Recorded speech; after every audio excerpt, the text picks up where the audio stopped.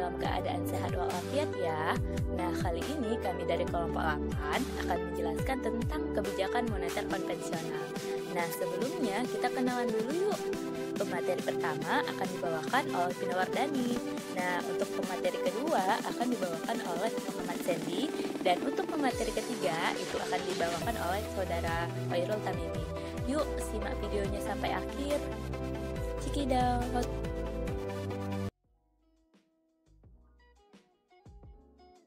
Baik, di sini saya akan menjelaskan tentang pengertian kebijakan moneter.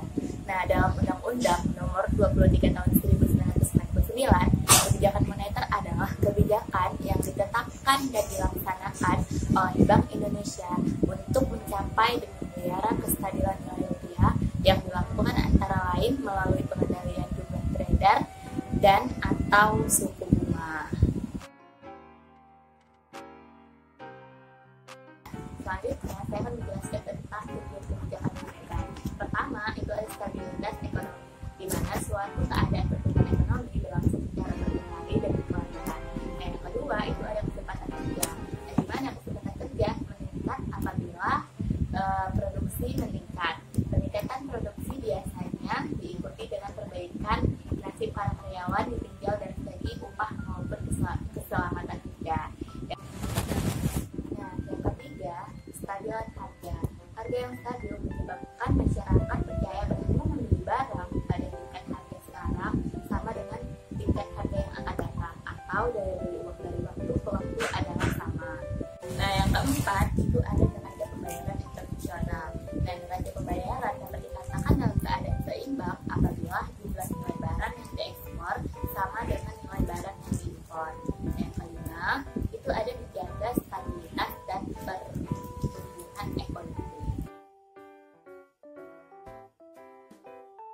Di sini saya akan menjelaskan jenis-jenis kebijakan moneter.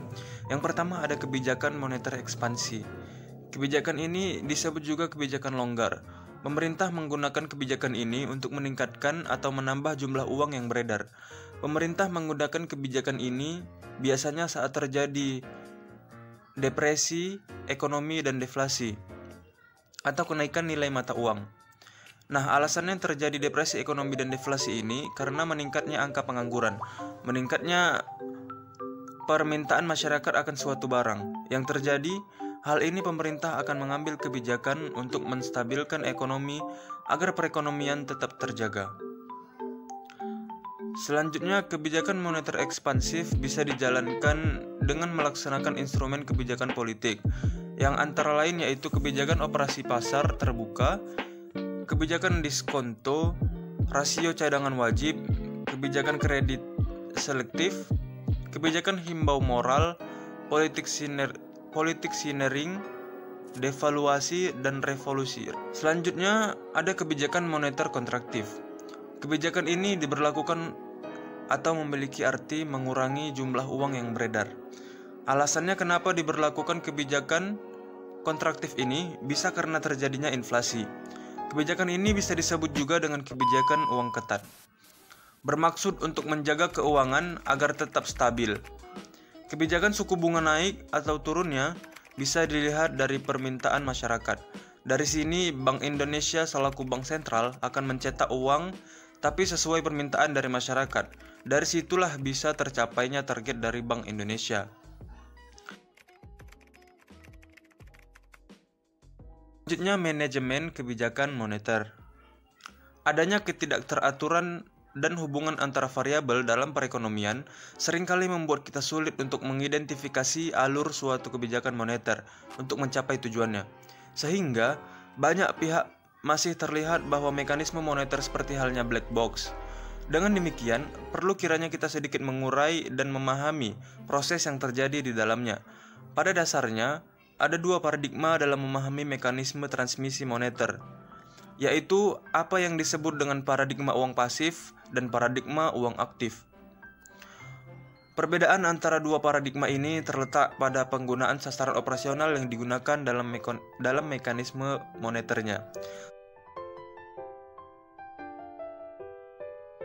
Selanjutnya ada beberapa masalah dalam kebijakan moneter.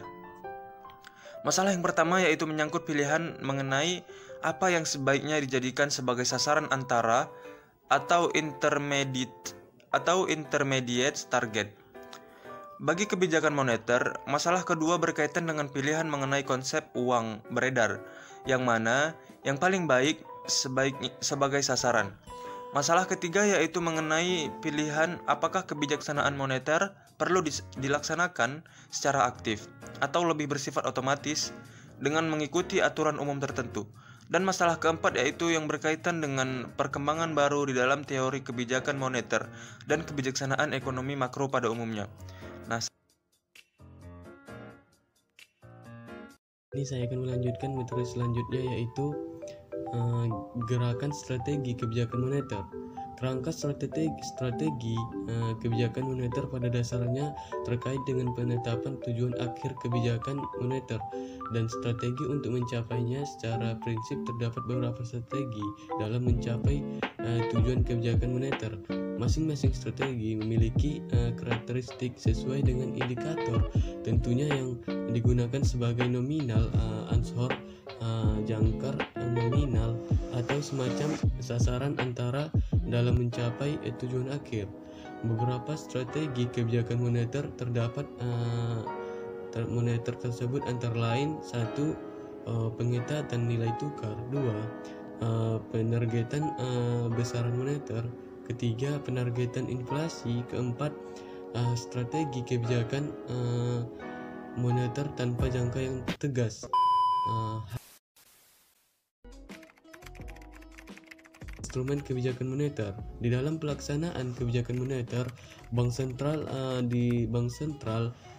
biasanya menggunakan berbagai piranti sebagai instrumen dalam mencapai sasaran. Di antara instrumen itu adalah cadangan wajib atau reserve requirement, atau operasi pasar terbuka, open market operation, fasilitas diskonto atau diskon policy, dan imbauan atau moral suasion. Sasaran akhir kebijakan moneter. Target kebijakan ekonomi pada umumnya juga merupakan target kebijakan moneter, yaitu stabilitas harga, pertumbuhan ekonomi jangka panjang, kesempatan kerja, dan keseimbangan neraca pembayaran. Stabilitas harga dan keseimbangan neraca tercapai sarana akhir dari kebijakan ekonomi, yaitu kesejahteraan masyarakat. Target akhir tersebut tidaklah selalu sama dengan satu negara dengan negara lainnya. Tidak pula harus sama dari waktu ke waktu. Target kebijakan moneter bersifat dinamis dan selalu disesuaikan negara dengan kebutuhan perekonomian suatu negara. Akan tetapi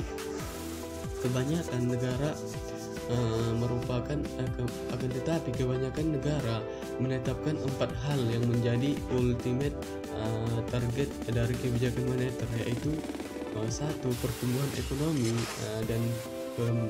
dan pemerataan pendapatan, yang kedua kesempatan kerja, ketiga kestabilan harga, dan keempat keseimbangan neraca pembayaran. Nah, setelah kita mendengarkan penjelasan dari pemateri pertama sampai pemateri ketiga, apakah kebijakan moneter itu perlu? Nah, jadi kebijakan moneter itu sangat diperlukan karena untuk merespon siklus dunia usaha, tetapi otoritas moneter harus menerapkan prinsip kehati-hatian. Nah, artinya para pembuat kebijakan harus mampu mengidentifikasi siklus dunia dan menentukan kapan waktu yang tepat untuk menerapkan kebijakan moneter.